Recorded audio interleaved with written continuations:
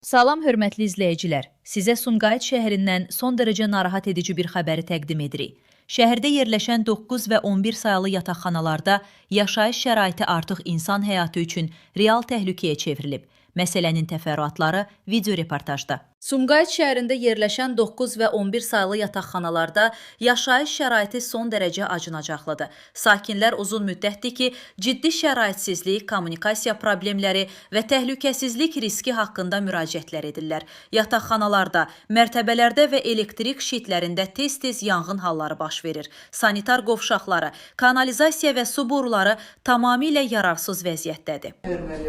Mən İsmailova Tamila, 9 nömrəli, 42-ci məhəllə, 9 nömrəli yataqxana, 1-ci mərtəbədə qalıram. Tək mən yox, hamı şikayətçidir. Bax, tualətə bax, tualət yaman gündədir, su damlayır oradan. Bütün hər yer, yəni pis haldayıq da, yəni. Ondan sonra, indi kuxnamıza bax, gör, kuxnamız, bir dəfə gəldilər, çəkiliş elədilər, televizorda göstərdilər, yenə həmin şey oldu. Yəni, bizə baxan yoxdur.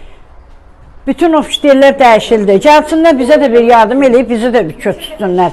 Valla, balkonlarımız yaman gündədir. Aşacaq bir günləri, sonra deyəcəklər ki, camaat qırılıbdır. Amma diri-diri bizi niyə öldürürsünüz? Gəlin bir baxın da. Boruların tutulması səbəbindən su təchizatı və kanalizasiya işlək deyil. Xüsusilə 11 sayılı yataqxanada vəziyyət daha da ağırdır. Burada bir müddət əvvəl qaz sızması ilə bağlı partlayış baş verib və bir ailənin 2 üzvü həlak olub. Həmin hadisədən sonra yataqxanaya qaz verilişi tamamilə dayandırılıb və bu günə qədər bərpa edilməyib. Sakinlər bu məsələni ayrıca ciddi bir problem kimi qeyd edirlər. Ümumilikdə hər iki yataqxanada yaranmış vəziyyət sakinlərin həyat və sağlamlığı üçün təhlükə yaradır və təcili müdaxilə tələb olunur. Məmmədova Zöhrə, bu binanın sakiniyəm. 20 ildir burada yaşayıram. Mən gələndən bu binanı hələ belə görmüşəm. Padvalları su, evləri uçuq, neçə dəfə Koxnuda orada avariya olub.